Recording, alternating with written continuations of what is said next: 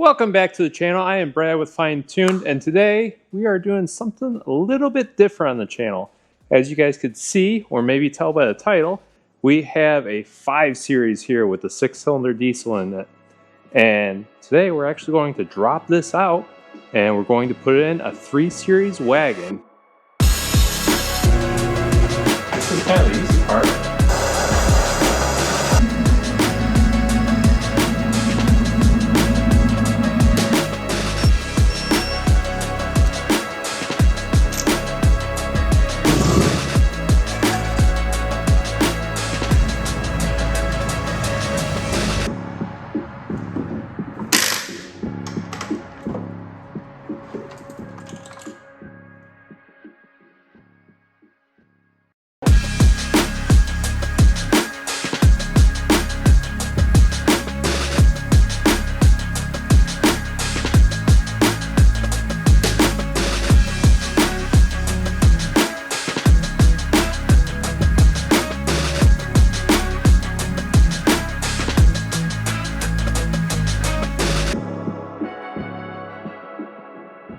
Alright, now to start draining the coolant on this thing.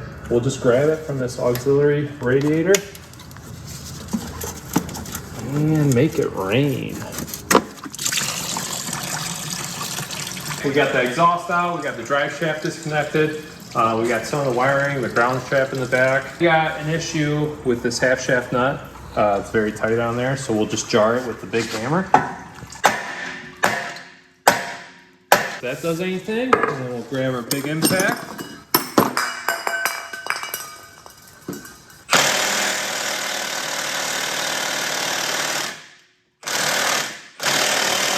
We'll try a big breaker bar on it, and then put the pry bar in the rotor, and we'll see if we can get it off that way. We'll try some heat at this. I really should get a real torque around here, but the old map gas works pretty well. Let's see how this works out.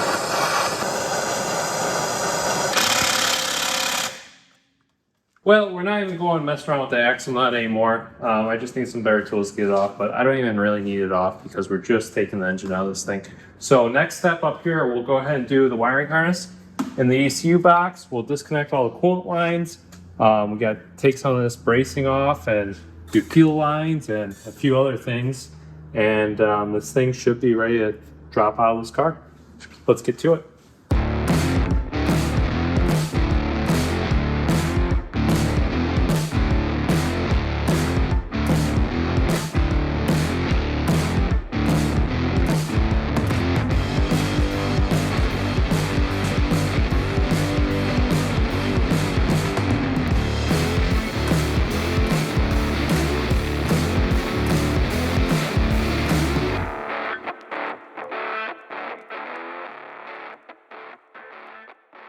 Alright, so we got the wiring harness off the ECU, and we got some stuff flipped over, but if you follow this back more, we got more wiring harness here, and this is actually for the transmission connector, and it's like, the 5 Series just does everything the most complicated way on these cars. Like, we got plastic covering everything, so you can't work on them. In order to do anything on the engine side of things, you have to take off this brace in the middle to even access like the water pump or belts or anything like that. They over-engineer and make things as complicated as possible, but good news is we're taking this engine out and putting it in a 3 Series, which is way easier to work on and a lot better design in my opinion.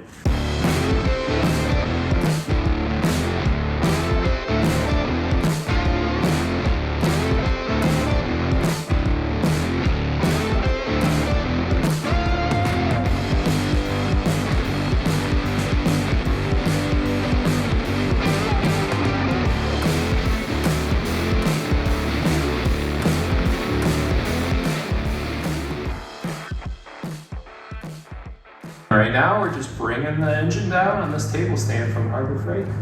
So, they're not a paid plug, but this thing works great though for 300 bucks. Drop it down on the stand, and then we'll take out the final bolts.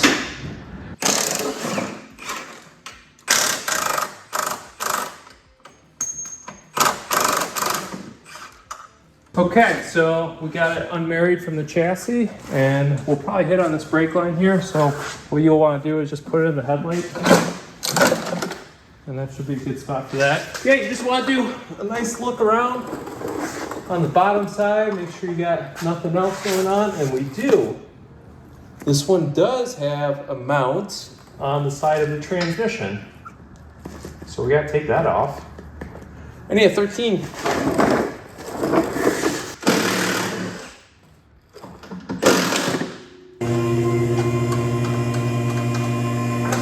This is kind of the easy part. After this, we're going to separate the transmission from the subframe here, and then we'll get the subframe back in this car and roll it outside and sell the thing because we don't need it anymore. We are just going to roll this engine over here, that way we're not working under the vehicle, and we have some light. It's actually best to roll it from the back too. Got guiding the steering wheel back there. Oh. That's fine. All right, now it's time to take off this little sound acoustic thing on the front. And we're just going to get to the power steering pump because on the wagon that we're doing, it doesn't have a power steering pump, it's electric. So we have to delete that system there. And that just entails removing this power steering pump off of it. And the best way to cut these belts, or the best way to remove these belts, is just by simply cutting them. So since this one has power steering, there's an extra pulley right here, but it still utilizes the same pulley up here for the ones with electric steering as well.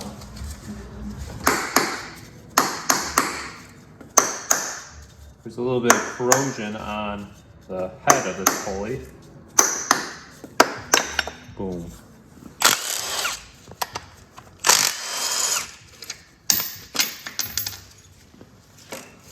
Boom. That's free now. All right, now motor mounts next. And now we gotta do the vacuum line to this motor mount here. I just cut a little slit in them. And that side's off. We'll see if there's one on the other side. No, there's not. It must go from underneath, so that's good. Remember how we had some issues with this axle nut? Actually, both of them we couldn't get off. I really didn't try too hard getting them off. I mean, if this was a customer's vehicle, I'd definitely get them off, no problem.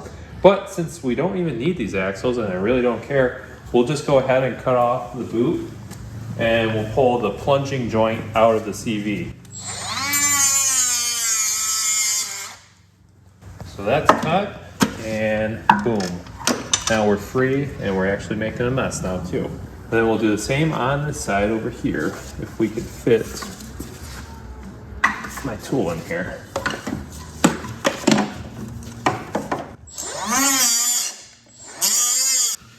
That has to be enough to do something. Off. We'll get this thing up in there next. We'll put the chains on the engine and grab the forklift over there.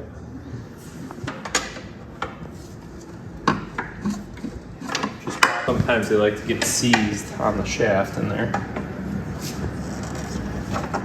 Like this side. There we go.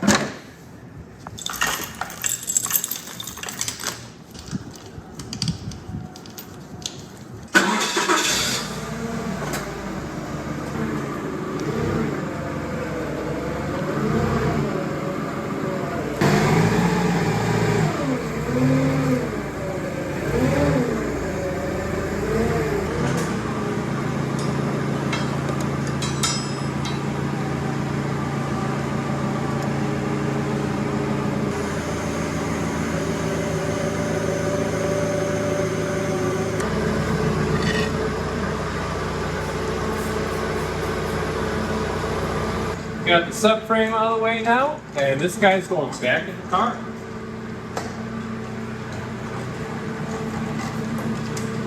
And now we're just doing the transmission fluid. So we're going to do a full service on this engine. We'll do transmission fluid, transfer case fluid, and front diff fluid while we got everything off. And we'll actually do the valve cover too. We'll change out the water pump, do the pulleys up front here. And these coolant stacks are notorious for leaking, so we'll go ahead and do that as well. That way when this engine goes back in, or I should say when this engine goes in the wagon, everything, all the maintenance will be done on this. And we already looked at the timing chains. They're within specs, so we'll probably just leave the timing chains on this thing. They seem to go bad if you run some improper oil or have auto start stop on it. So this engine is healthy at 180 something thousand miles on it. Another thing on this transmission here, we got the green sticker on the side, which usually indicates that it's never been serviced before. So definitely a good idea to do the transmission pan and fluid along with all the services on this. Look at that oil, nasty. And we'll go ahead and do the diff fluid right now. Pretty clean looking. So with this diff, we'll probably end up using the 328D diff because I don't want to take out the rear differential as well. The rear and the front differential definitely have to match, or you're going to have some serious issues. So we'll probably end up using the 328D diffs on the front and rear. And we're definitely not using this oil pan because it's a completely different oil pan than the 335D overseas or the 330D overseas. And that's pretty much what we're making with this wagon. We're making it a 330D. So overseas, it's a single turbo, 6-cylinder N57 in the F31 wagon. So that's what we're making here, just because it's, for the most part, a plug and play swap.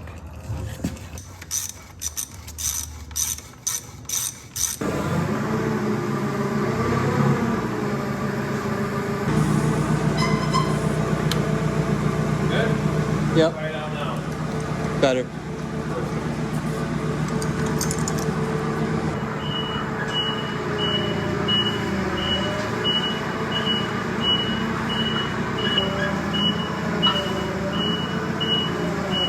Now, before I get rid of this whole car, what we actually want to do is we'll probably take off this rear diff just in case we need it for the other vehicle. And I also want to take out this cooling stack, because I'm 90% sure I need this intercooler for this build. And after we do those two things, we'll just go inside the vehicle, see if there's anything else we may or may not need. I'd like to at least take the shifter out of this vehicle and maybe the FEM module. And that should be about it on this 535D.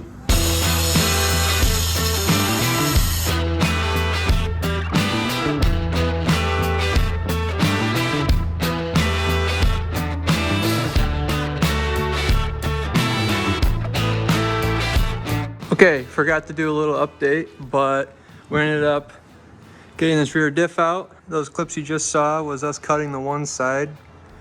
And then we just slid it out from the other side, and then we put it on the pallet over there. And then after that, took this guy out, which is like radiator, intercooler, maybe AC condensers in that mix, but dropped that down from up here. Kind of made a decent mess, but what do you expect? So we'll clean up this big mess here from all that and carry on. All right, we took a couple things off. We also robbed this car of some fasteners that I needed just for having around the shop. It's nice to have some clips and stuff for other vehicles as well. Right now, we'll go ahead and get this subframe back in the vehicle. We'll put on the brakes, we'll put on the wheels. You know, we'll do all these strut bolts in there, and we'll lower the car down. There is a couple more things that I want to rob off of this vehicle. I definitely want to take the battery because it's a nice, good battery in the back of this car, and there's a couple connections that I want to take. Other than that, we'll go ahead and lower this car down on my trailer, and it'll go to the scrap pile next.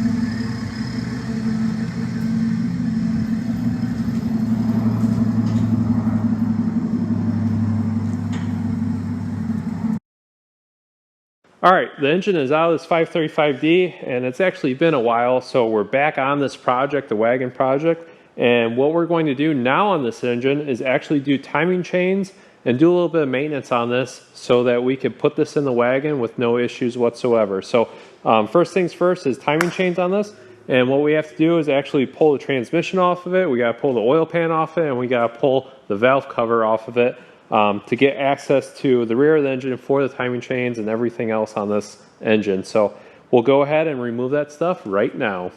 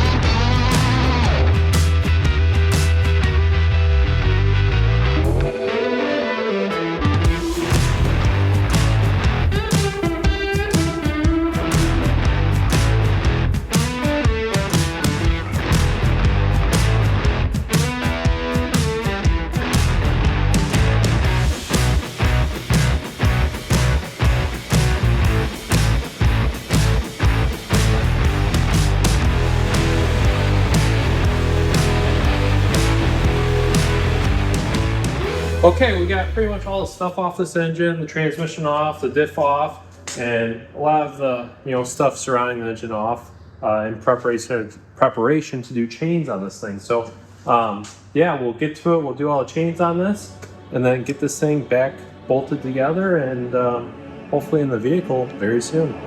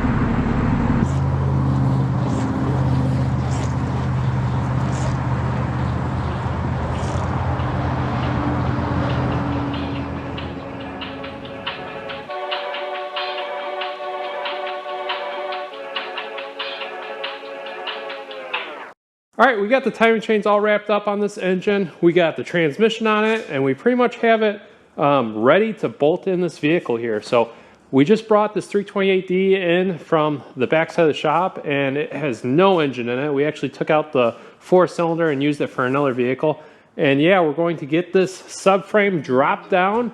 We'll get this engine on the subframe, then we'll get it back up in the vehicle. So pretty exciting stuff. We have a lot of plans for this vehicle. And yeah, the 6-cylinder in this is just the first step of it. Start it up.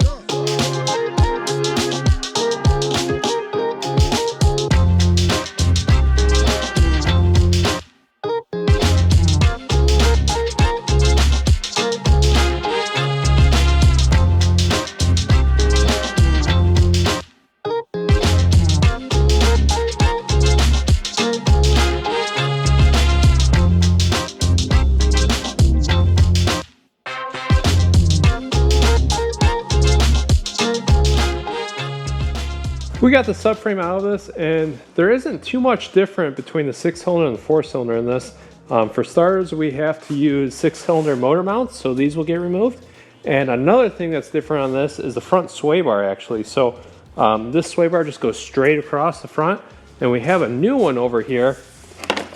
And this new one has a dip in it to accommodate the oil pan extending out this far. So we'll go ahead and get the sway bar swapped over, and we'll get the motor mount swapped over, and then we can finally drop this engine down on the subframe.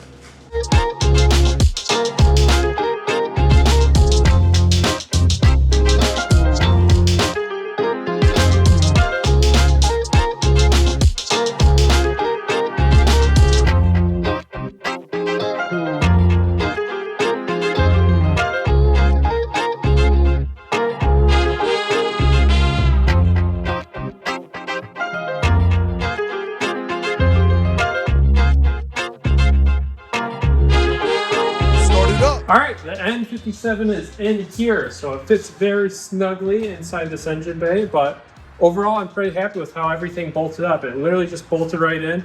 Of course, we did have to get some different coolant lines and such to accommodate this engine and this chassis. So I do have a rat's nest with wiring here because I do have to integrate it a little bit better for this chassis because it is a different harness. I might entertain getting a European harness just so it's a lot cleaner, but for now we'll probably make this work, at least to get it running and driving. So yeah, everything's in here, which is sweet. The transmission bolted right up.